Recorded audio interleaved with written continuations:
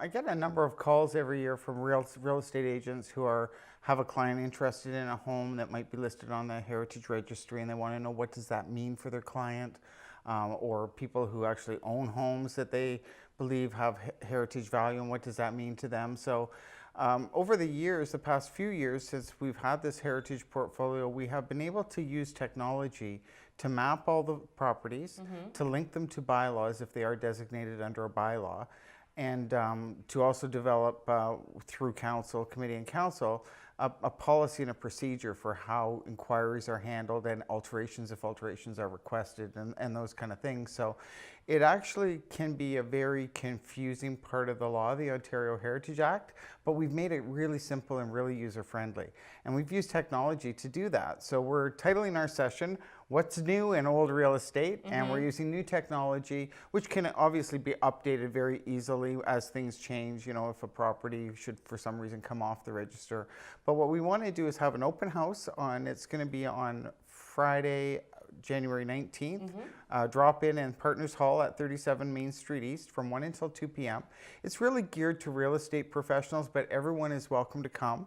And as people drop in, we'll show them where the resources are online.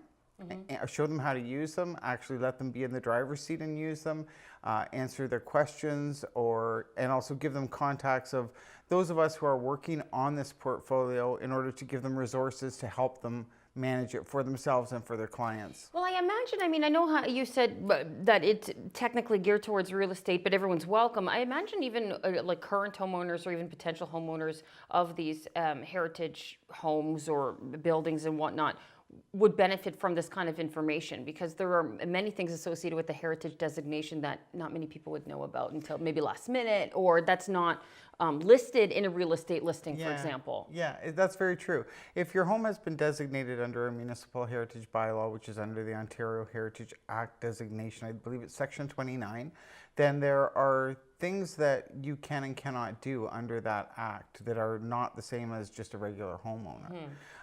If your home is on the Register of Properties of Heritage Interest, they have not been designated, but the Heritage Committee and Council, should they choose to, can act if you were to put in a demolition permit.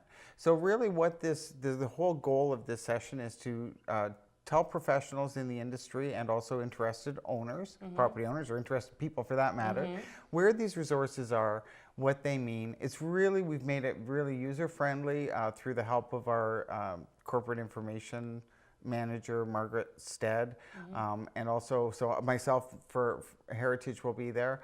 Our senior planner or manager of planning, Kirsten Maxwell, and also our chief building official, Chris Nagy. So it's not only an opportunity for us to share information with this sector, but it's an opportunity for us to get feedback from the sector too.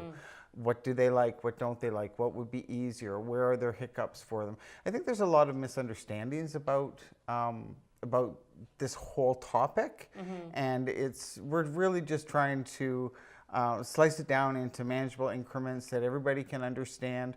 We're here to help as a resource. We're not here to put up roadblocks, and all of this information being available to them from anywhere on a tablet is one of those tools to help. And I mean, certainly too, just as you mentioned, misconceptions, certainly too with a place like where we live in Muskoka, there's a lot of heritage buildings. I mean, we have like the Hart House here in the town of Huntsville and things like that, and that there were some concerns in the previous years about changes that to do with that building. And I guess there's always, can you just go through maybe what some of those misconceptions may be that like residents and professionals are not really aware of when it comes to heritage designation? Because it's an important designation to have. It very much is, and if your property has a designation on it via municipal bylaw, it stays on the property even when the property changes hands. Right. So that's something else that we want to make sure that we keep people informed, whether they're in the real estate business or if they're owners of what it means. I think the most common misconception is that you can't change a heritage property. The Act is very, very clear. A good example would be the Howland House, which is over on Church Street. It recently was painted it wasn't its original color, but it was a light color and painted another color. It also has recently sold, so it's not the owner who painted it, but painting is easily reversible. And painting is a matter of personal preference, and Right. it's your house, so you can paint it any color you want, with the exception being the pink house. Yeah. The pink house is pink, and that's in the designation that it's pink. So they would not be able to do that. There are a number of things that you don't need a heritage permit for if you're, say, changing your repairing your roof and your roof has shingles on it. You don't need if you have a designated heritage property, you don't need a heritage permit to do that. But if you're changing roof styles, if you're changing from one material to another, Right. you do need a permit. And the heritage permits, there's no cost for them. Oh, so okay. again, we're there to help. We have our process set up so that some of the questions can be handled by staff, but just to make sure people are doing the right things and not doing the wrong things, because out of not knowing, we would hate to see somebody do something that we then came along and said, you have to reverse that, and it would cost them a lot of money. Right. So, this really is to help people. Yeah. And we're really, really happy that we have this tool available and can use technology in a way that it should be used for people to get the information on the fly. They don't have to retain it all in their head. They just click a button and there it is. Yeah, perfect. And I mean, like with heritage building properties too, I mean, most of the time, these homeowners and real estate agents are talking to interested home buyers who are interested in keeping the integrity of the heritage of that building to begin with, right? So Very much so. So And to know all those steps. There's good examples of why it's really prudent to do that.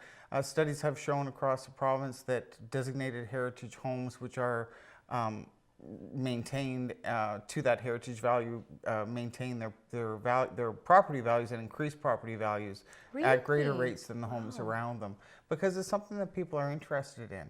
And it's something that in this area, particularly our built heritage is fairly recent in terms of the rest of the province. So I think we have a great opportunity to just be able to work on what we already have. There's 12 properties designated within the town. There's a couple hundred on the register, but to work with homeowners and improve that for everybody's sake.